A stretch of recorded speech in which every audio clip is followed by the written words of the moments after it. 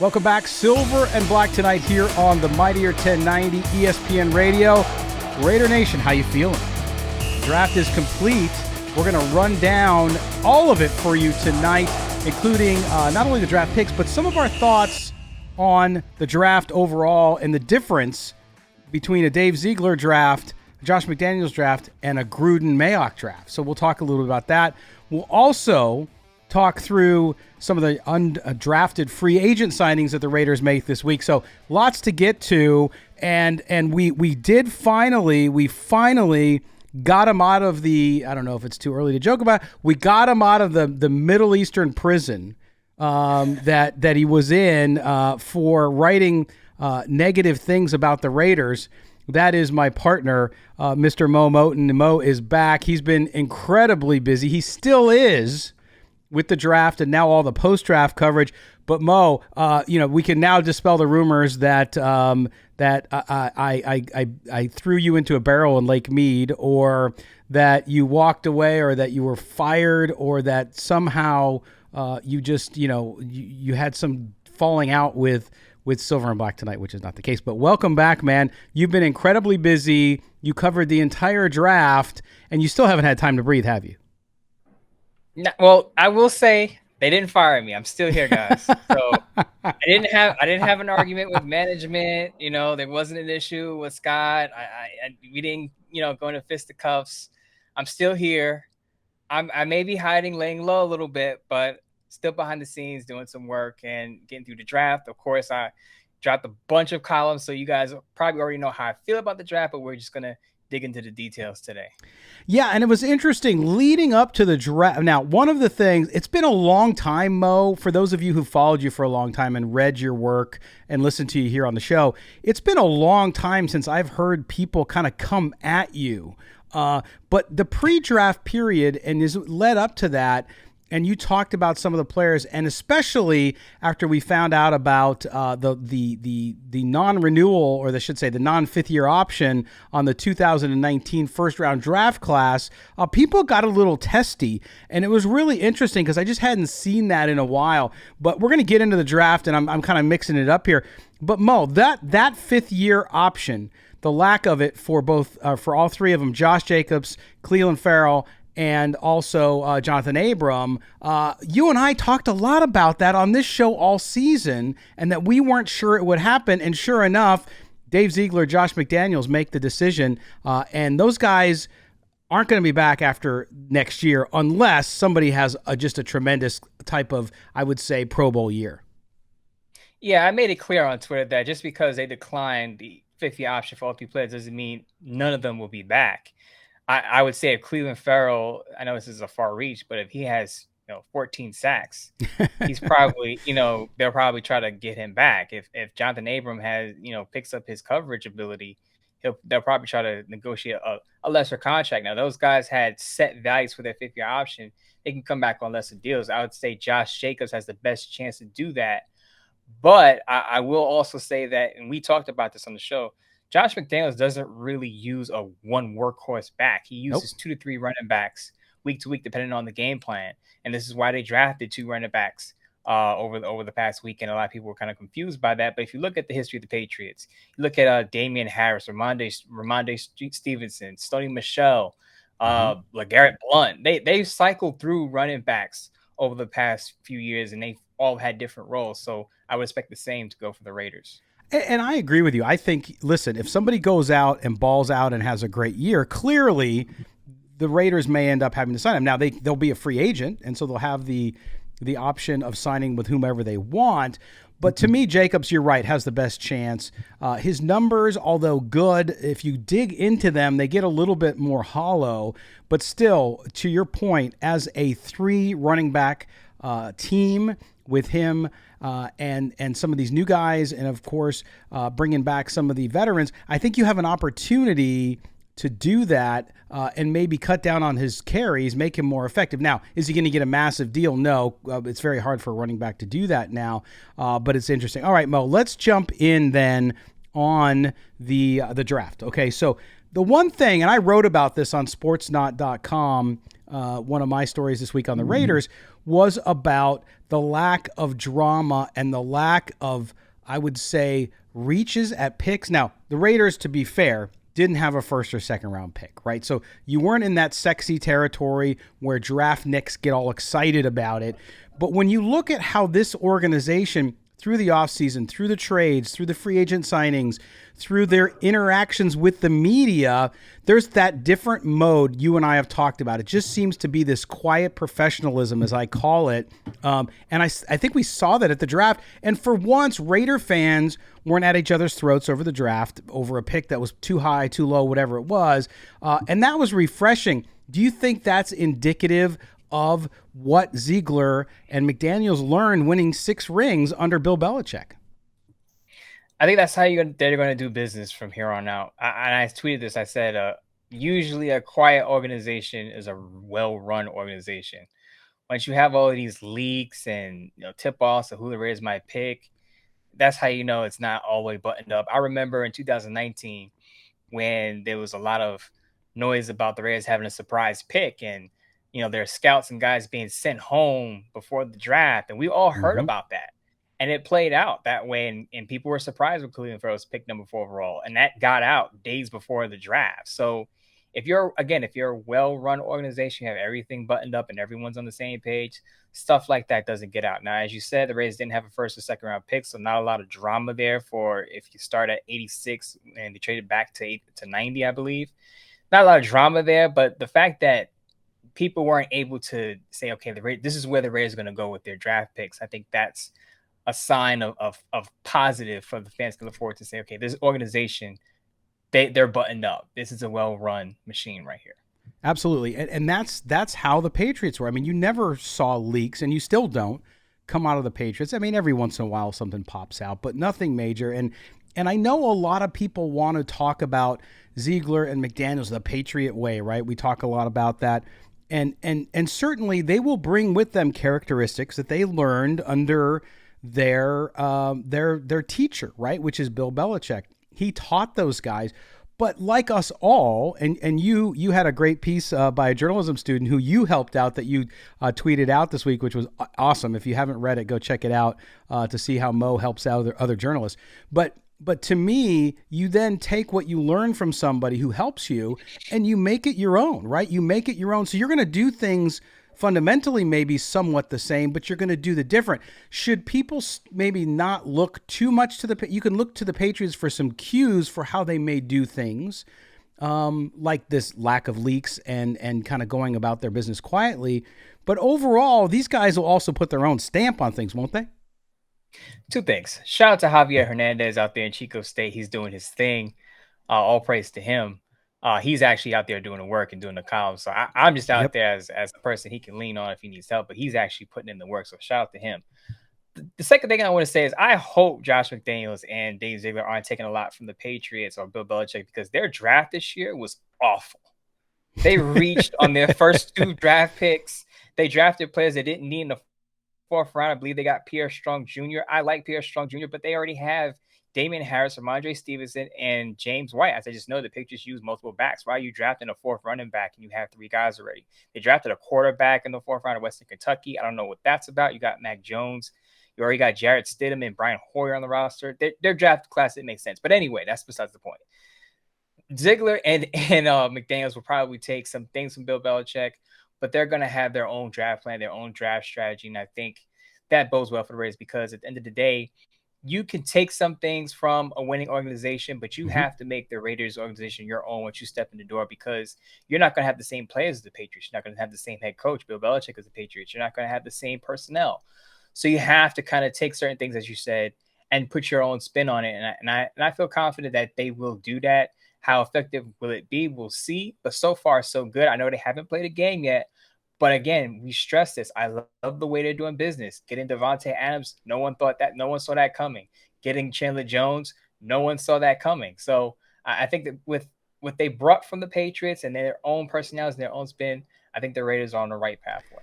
And God bless Raider Nation, because the dysfunction that these fans, and to me, again, the best fans in football, have had to put up with over the last 25 years is crazy, right? I mean, there are other fan bases out there, including the Jets out there in New York where you're at, who've had to deal with it too.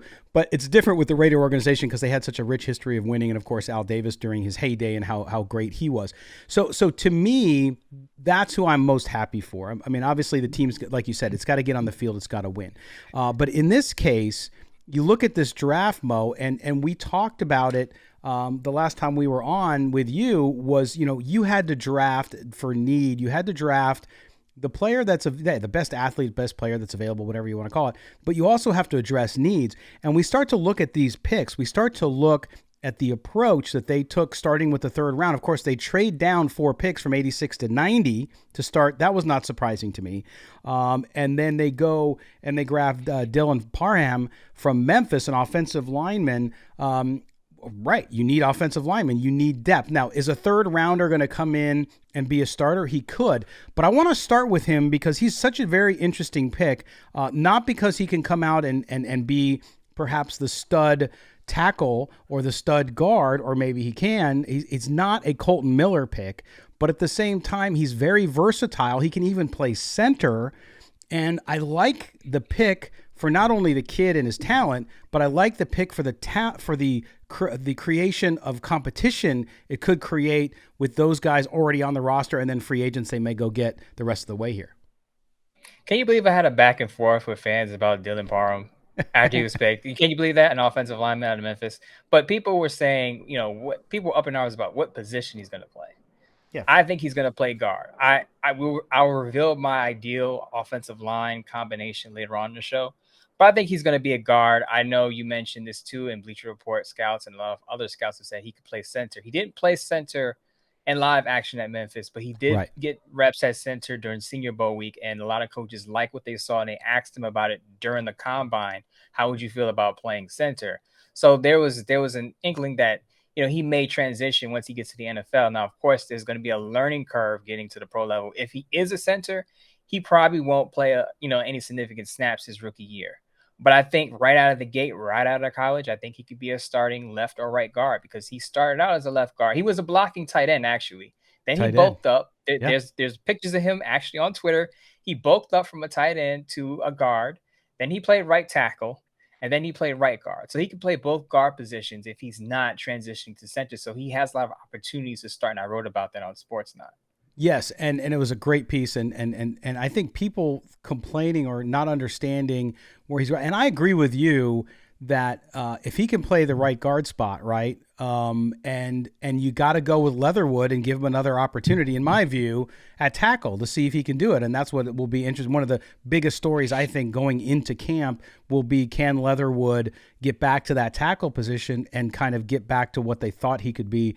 But you look at Parham and you look at started 11 games, not allowing a sack and 445 pass protection snaps and only 2 hits on the quarterback. I mean, that's only one stat. I get it, but I like the pick, and I think that the ability for him to switch positions, that's not what you want him to do, but the reality in the NFL is injury. And if injury happens, this team has done well with having guys that can play multiple roles and go in there. They haven't been the best offensive line in the NFL, but I think you're getting a talent level jump there as well. Mo, I wanted to clear up one thing really quick. I wanted to clear up one thing with Andre James, because that was the contention I had on Twitter with people with the Dylan Parham argument was, we can't bench Andre James. And I'm like, yeah, Andre James did improve. I remember first half of the season, he couldn't even snap the ball correctly. Correct. And he did improve, but he was kind of a mixed bag down the stretch. He wasn't some Pro Bowl talent. I mean, he improved as far as he didn't commit a penalty, I believe, between weeks 12 and that playoff game. He committed 1 penalty, and that was in that playoff game against the Bengals.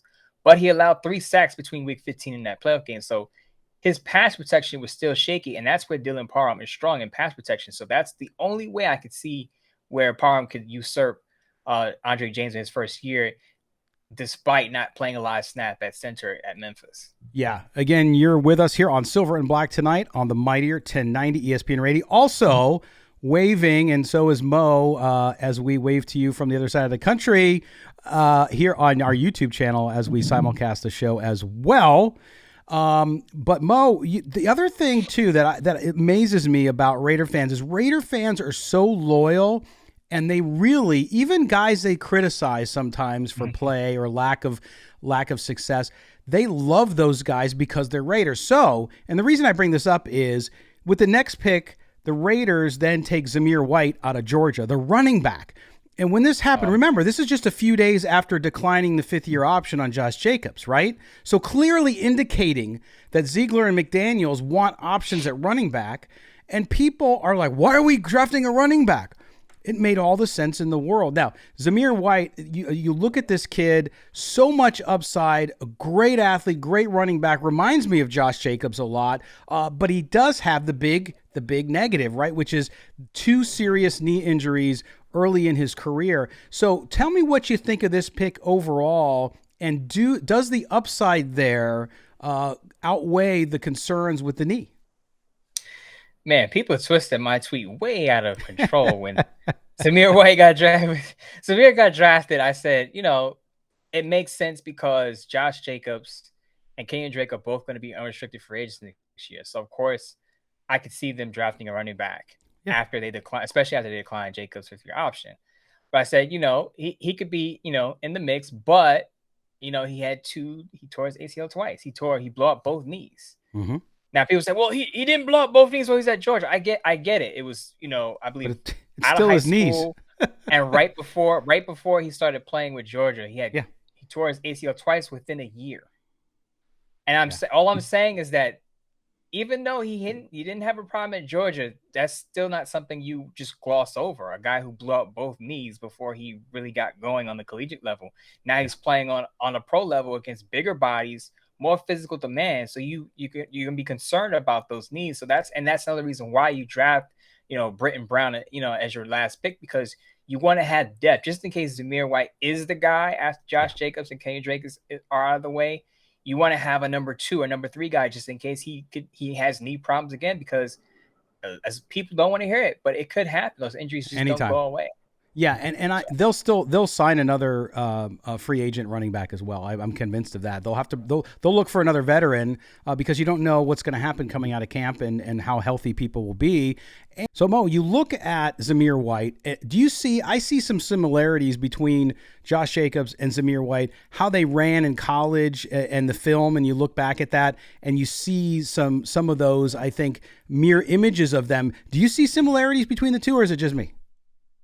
I don't think it's just you. I think, for one, he's a downhill runner. What I mean by that is he's not going to waste a lot of time dancing in the backfield. And I think part of what Jacob's problem was when he was struggling was I think he was thinking too much, kind of going east to west and not north south. And I think Zamir White is the type of guy that's just going to cut downhill and go for it, hit the hole. And that's what the Patriots want, because as I mentioned earlier in the show, if you look at some of the guys the Patriots had in Josh McDaniels' scheme, Damian Harris, LeGarrette Blount, those guys don't catch a lot of balls out of the backfield. Zamir White doesn't.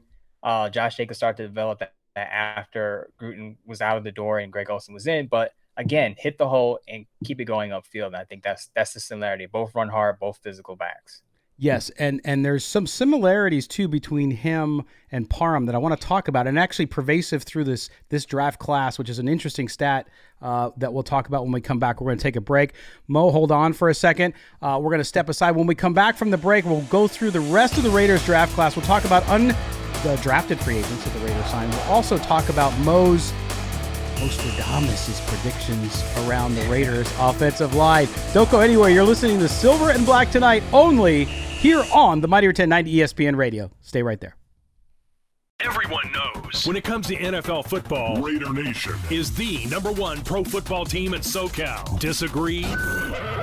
Tough. Talk Raiders every Friday at 6 p.m. on Silver and Black Tonight, only on the Mightier 1090 AM. Happy Friday night. Welcome back. You are listening to the second half of Silver and Black Tonight here on the Mightier 1090 ESPN Radio. Scott Gulbransen, your host. My co-host and partner, Moton, is with us. We'll be right back. Do us a favor. Make sure you follow us. If you're watching us on YouTube, you can see our Twitter handles right here. He is at Moton, Moemoton. He's a national NFL writer for Bleacher Report, also Raiders contributor up on sportsnot.com. You can follow me at LV Gully. You can also catch my work up on sportsnot.com and here on Southern California's only all Raiders talk show, because SoCal is still run, despite being the home of the world champion Rams. It's still home to the Raiders for so many of you out there in Raider Nation. Yeah. Scott, you got to make it clear that you didn't fire me. I know we cleared that up at the beginning of the show, but as a reminder, public service message, Mo Moton has not gone anywhere. Yes. He's just busy. And during the summer, by the way, Mo, you're going to be in and out of the show, so we just want to make sure people understand that. So after we joke about this week, and then if you're not on next week, people will be like, what happened? Nothing happened. We're just working around schedules, and we're making sure Mo feeds his family and does his work because he's in demand, and that's great. So we'll take him when we can get him. But welcome back, and we're talking about the Raiders draft class. And before we get to the next player, which of course is Neil Farrell Jr. out of LSU, defensive lineman, Mo, the one thing I noticed about this entire class, you go back to Parham. You ready for this? Parham was on the dean's list at Memphis. He also was first all-academic team in the AAC all 3 of his 4 years at Memphis. He also, he was a redshirt senior, so 4 years total as a undergrad. Then you look at Zamir White, same thing. They all received their degrees, received his undergraduate degree in housing management and policy, which is fascinating to me. And he also, Dean's List academic performer. Neil Farrell Jr. from LSU, same thing. You getting a theme here? I mean, these guys, I think, too, not that a kid who hasn't graduated yet who comes out for the money, I got nothing against that, but not that if a kid wasn't an academic All-American that they can't be a great player. But I noticed that as I was going through and studying for the show, the guys that they've went out, we heard a lot in the Mayock Gruden area about guys with character, right? And it didn't always work out that way. But you look at this class and you see these streams of connections. And I'm seeing that a lot of these kids that they went out this year and picked have that same thread. There you go. With the Gruden and Mayock regime, it was, as you said, character, but it was also team captains. They picked a lot of team captains, and it was about leadership. And I think with this regime, you're seeing not that guys who aren't on the dean's list aren't smart, but I think it's about football in general IQ. And we always hear about Bill Belichick coach teams. What are they? Very good in situations, very smart players in different types of scenarios. Do your job, that type of thing. So these guys are coming in. Obviously, they have the football smarts, but they're also, as you said, on the dean's list. So they have the general smarts. They have the awareness. And I think that's the key word there, the awareness when they get on the field and of themselves, what their job is, what their responsibilities, and what they're supposed to do in certain situations. No doubt about it. So we talk about the Raiders draft. We talk about round 3. They go with offensive line, a position of great need on this team. In round 4, they go with a running back, which is a position of need because of the uncertainty with, as you said, Drake and Jacobs past next year. And then they want to address the inside of the defensive line, which I know a lot of the media were saying, oh my gosh, they have 18 interior defensive linemen now. That's not a bad thing in my view. But they go for Neil Farrell Jr., again, another SEC academic honor roll student. He's a graduate. He was a graduate senior, so he'd already graduated as he was playing for the Tigers down at LSU. He was named an All-American in 2021 by Pro Football Focus. Graduated last August, and really did just what he was ranked 4th in all of FBS with 24 run stops, including 10 that were either tackles for a loss or no gain. Talk about Neil Farrell Jr. And what you like about his game and what would be some concerns developmentally as he heads to the Raiders mandatory camp here in about another month. I think he could be the eventual replacement for Jonathan Hankins, who's around 30 years old. He's more of a run stuffer, doesn't have much in the pass rush. That would be my only concern.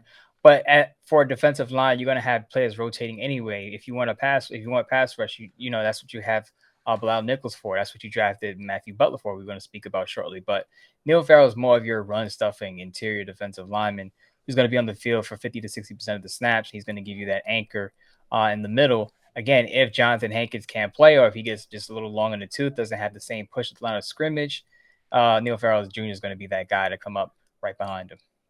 Yep, absolutely. We're talking through the Raiders 2022 draft class here on Silver and Black tonight on the Mightier 1090 ESPN Radio. If I can get that out, yes, I can. And you talk about the interior of that defensive line. So with their next pick, they go right back with the 175th pick, and they go get Matthew Butler.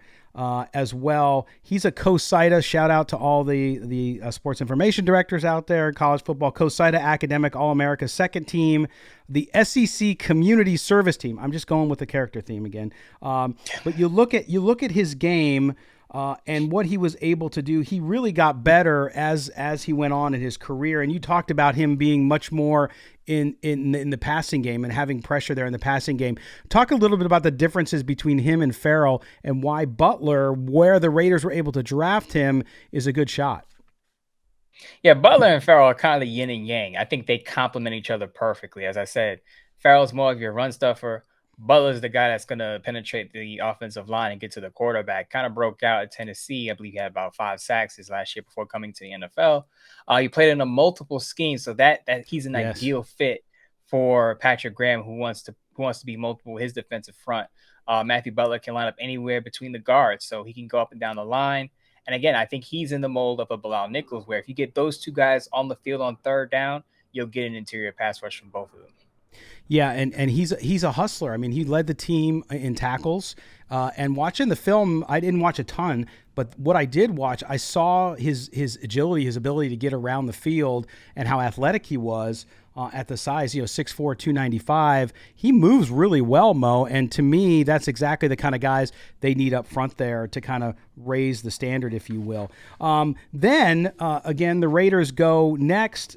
They go on the offensive line again, and they go with a kid right from here in Cincinnati. Actually, that is Thayer Munford from Ohio State. There's been a lot of video going around about him getting beat on one play, which is asinine to me. It's like people, if you put an ISO camera, or if you watched the All-22 from NFL games and you watched All-Pro offensive linemen sometimes get embarrassed on one single play, it happens all the time. So let's kind of temper the criticisms there. But you have Munford here too, coming out of that Ohio State program. He was the team captain in 2021, first team All-American by the Coaches Association, and all Big Ten Conference honoree as well in 2020 and 2021. Why did he slip so much being on that team? What's the intangible here that made him slide down the boards? And what's the gamble for the Raiders in going with Munford?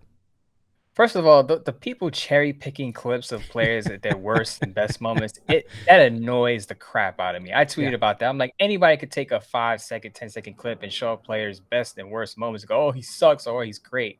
I mean, he was going against Aiden Hutchinson, who's the number 2 overall pick in the draft. Yeah, seriously. I know.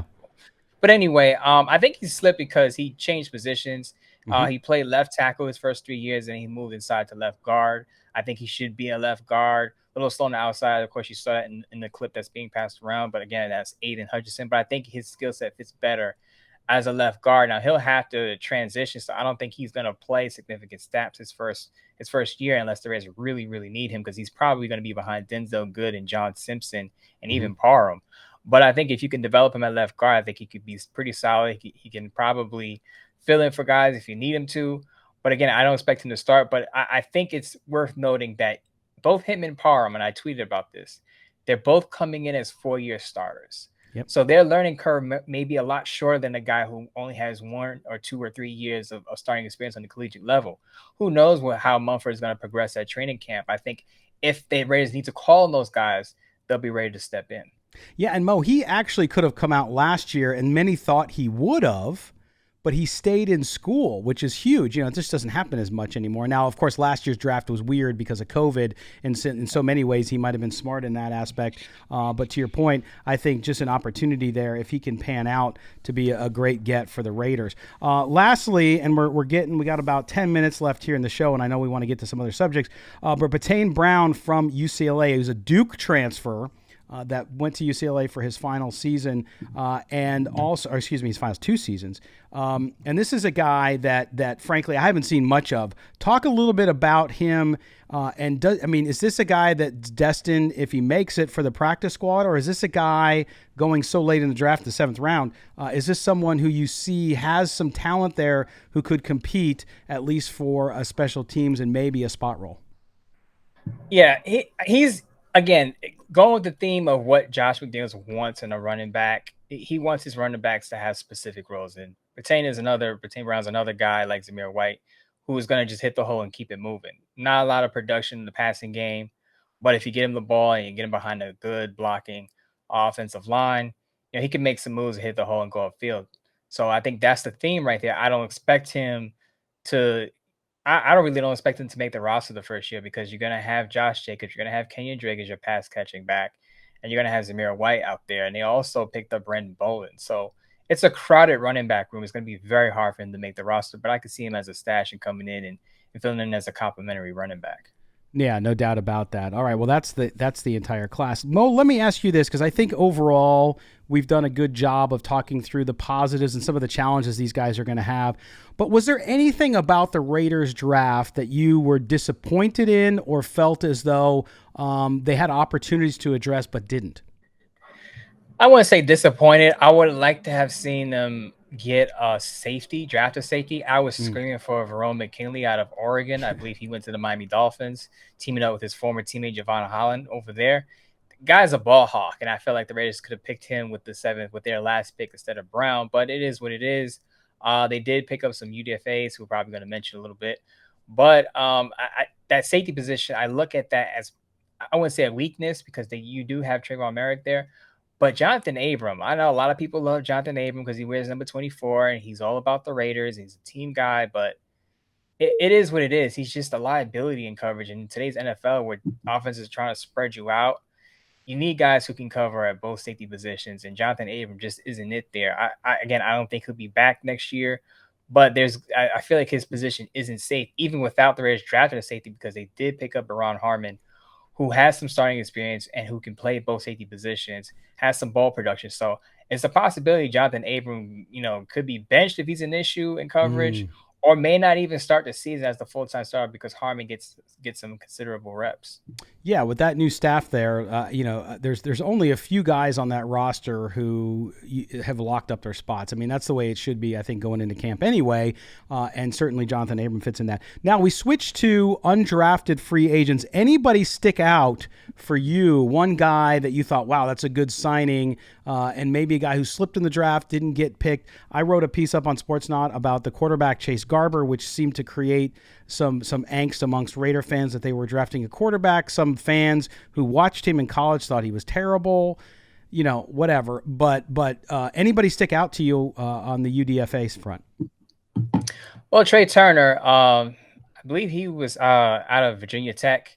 Steady production, didn't test very well, but he's about 6'2", 190.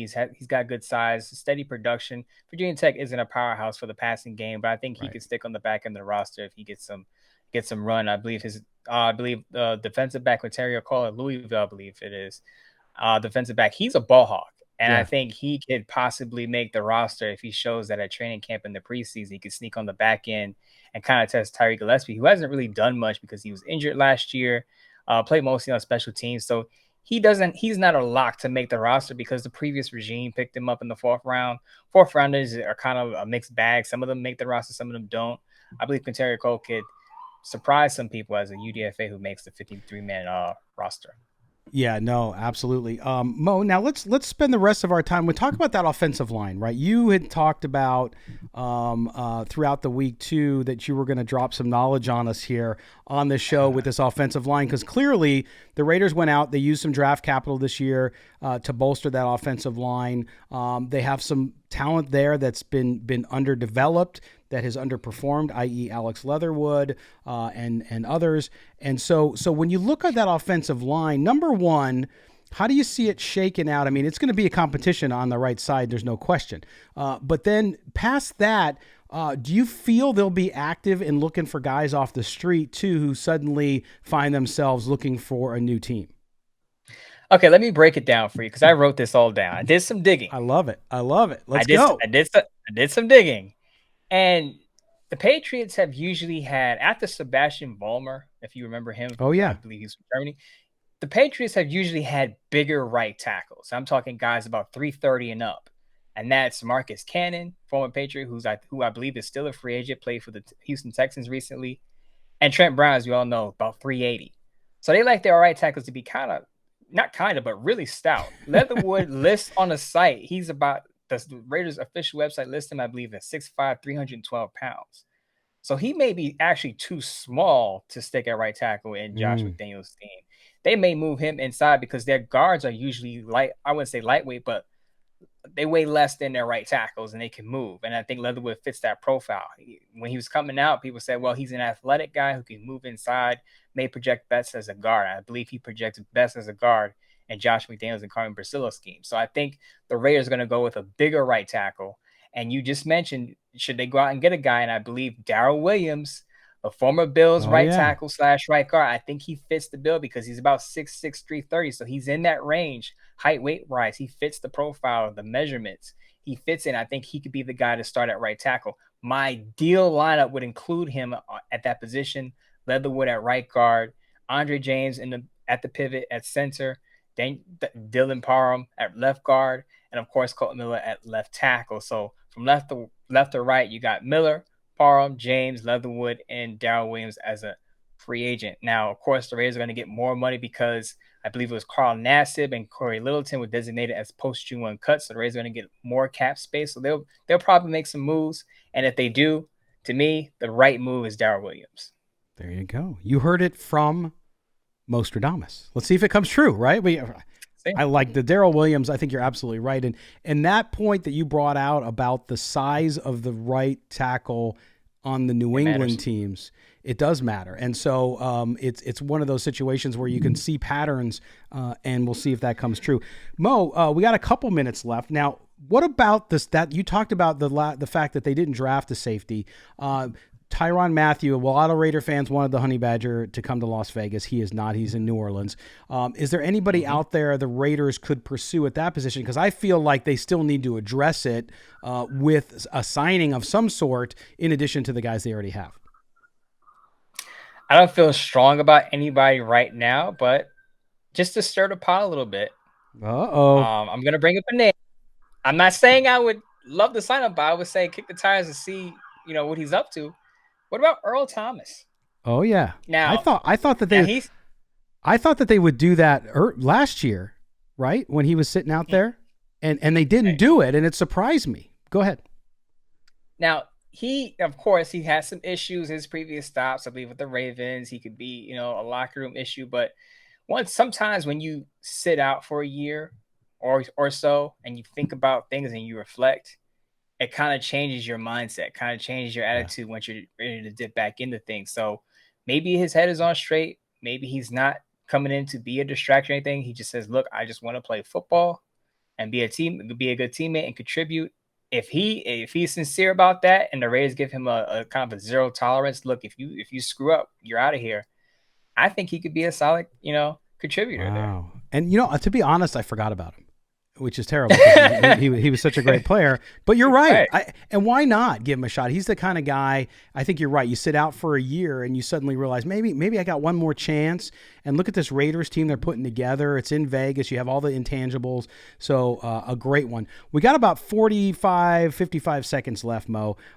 Just want to give a shout out. I thought if you've seen all the reporting, Rich Eisen this week too talked about it, how well Las Vegas did hosting the draft. I really believe that we're going to see Las Vegas in a draft rotation now because it went so well. People got around. They enjoyed their nights there, obviously, with the rest, not just the gambling and all that stuff, but the restaurants, the ability to walk places, the ability to get a hotel room, because in some markets, try to get a hotel room for the NFL draft or an event like that, you can't.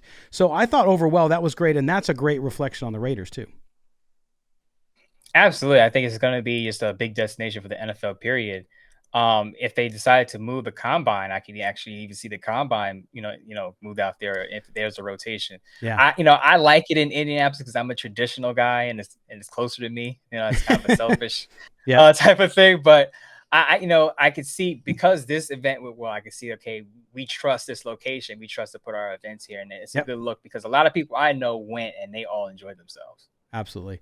Well, Mo, it was great to have you back. We're out of time, so we will talk to you next time. Thanks for being with us, as always, my friend. Of course. And again, just to reiterate a third time, me and Scott are good people.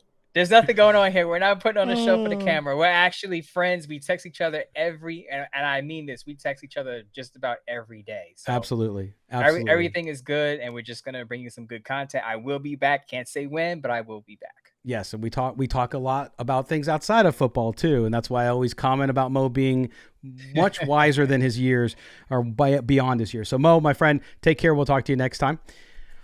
All right, that's going to do it for this edition of Silver and Black Tonight. Make sure you follow us on Twitter at SNB Tonight. Also at MOEMOTON for Mo. I am at LV Gully. Make sure you subscribe to the podcast. If you missed the show, you can always download it there. Also, do us a favor, subscribe on YouTube and hit that notifications bell. And you can also watch us here on the channel. For everyone here at Silver and Black Tonight and the Mightier 1090 ESPN Radio, have a great weekend, everybody, and we'll talk to you next time.